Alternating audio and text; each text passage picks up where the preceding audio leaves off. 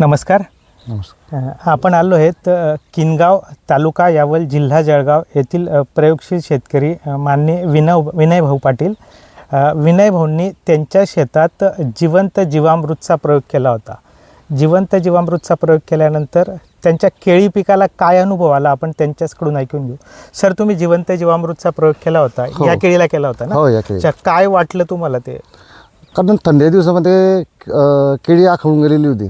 अच्छा, केळी आकडून गेली होती. हां, पानांचं अंतर फार कमी झालेलं होतं. तर मग ते सोडलं आणि तिसऱ्या चौथ्या दिवसापासून त्याचे रिझल्ट दिसायला लागले. आणि थंडीमुळे पानं पिवळे झालेले होते काही, तर ते ग्रीनरी आली समजा झाडाला, डिस्टन्स वाढलं आणि त्यातल्या त्यात बुंदा बनला आणि जमीन एवढी भुसभुशीत झाली की म्हणजे आपण जे काही टाकलेलं होतं ते सर्व आपटेक करायला सुरुवात झाली. म्हणजे 8 ते 10 दिवसामध्ये बागाचा काय पालट होऊन गेला.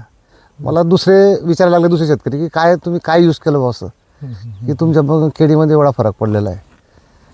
बरोबर. हां, अच्छा, म्हणजे थोडक्यात बुंदा पण तयार झाला, बुंदा तयार झाला, अंतरी जी थांबली होती अंतरी पण व्यवस्थित अंतरी झाली. वाढली, करपा पण थांबला. करपा हा जसं करपा तुम्ही पण बघितलं होता का? हो हो हो. ग्रुपच आहे आमचा. अच्छा अच्छा, बरं बरं बरं करपाला जस्ट सुरुवात झालेली होती.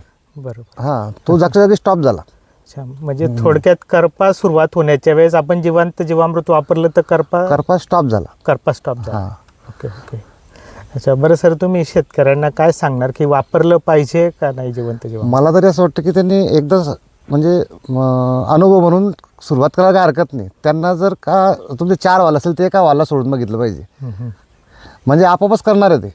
बरोबर. हो, कारण 8 ते 10 दिवसामध्ये बिलकुल रिझल्ट मिळतील. बरं, तेच नाही, आम्ही टोमॅटोलाही सोडलं. अच्छा, टोमॅटोला पण सोडलं? हां, टोमॅटोलाही सोडलं आमच्या मित्रांनी. बरोबर. तर त्याचे रिझल्ट त्यांना असे दिसले तिसऱ्या दिवशी की ते म्हटले हे काय असं एवढं. बरोबर बरोबर. हां, परत मग त्या तुमची जी पावडर आहे, टेक्स्टोज पावडर, त्याची मागणी वाढलेली आहे. ते म्हणतात की आम्हाला आणून देत राहील. बरोबर बरोबर. तिची फक्त पूर्तता करा तुम्ही आम्हाला, तिची तुकड्या तरी पाठवा, म्हणजे आमच्या ग्रुपला एक वेळ तरी होऊन जाईल ते. बरोबर. आणि बरं, ते याच्यातली जी वरम आहे, म्हणजे आपण ज्याच्यात मुळांची वाढ होते, तो एवढा नरम झालाय की बस. गादी, हां, बेडची गादी बरोबर. जो गादी म्हणजे जिवंत जीवामृत वापरल्याने बेडची गादी पण नरम होऊन जाते, एकदम भुसभुशीत. बरोबर बरोबर.